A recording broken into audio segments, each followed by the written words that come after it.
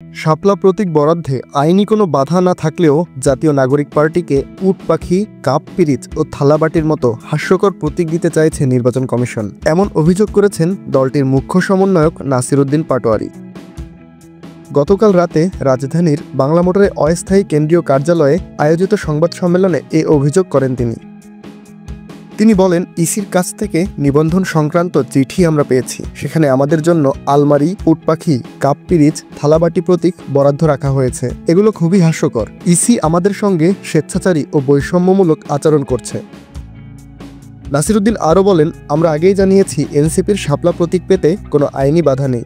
ইসিরও অন্য কোনো চাপ অনুভব করার কথা নয়। গণ অভ্যুত্থানের পর আমরা স্বাধীন নির্বাচন কমিশনের দাবি তুলেছিলাম, কিন্তু বর্তমান কমিশন একদলীয় অফিসে পরিণত হয়েছে। তাদের কার্যক্রম সংবিধানকে প্রশ্নবিদ্ধ করছে। তিনি অভিযোগ করেন, অন্যান্য রাজনৈতিক দলের প্রতীক জাতীয় প্রতীকের উপাদান থেকে নেওয়া হলেও এনসিপির ক্ষেত্রে শুধু আপত্তি তোলা হচ্ছে। এখন প্রশ্ন উঠতে পারে, প্রতীক না পেলে আমরা কি করব? জনগণকে সঙ্গে নিয়ে সাংবিধানিক ও গণতান্ত্রিক উপায়ে আমরা সংগ্রাম চালিয়ে যাব।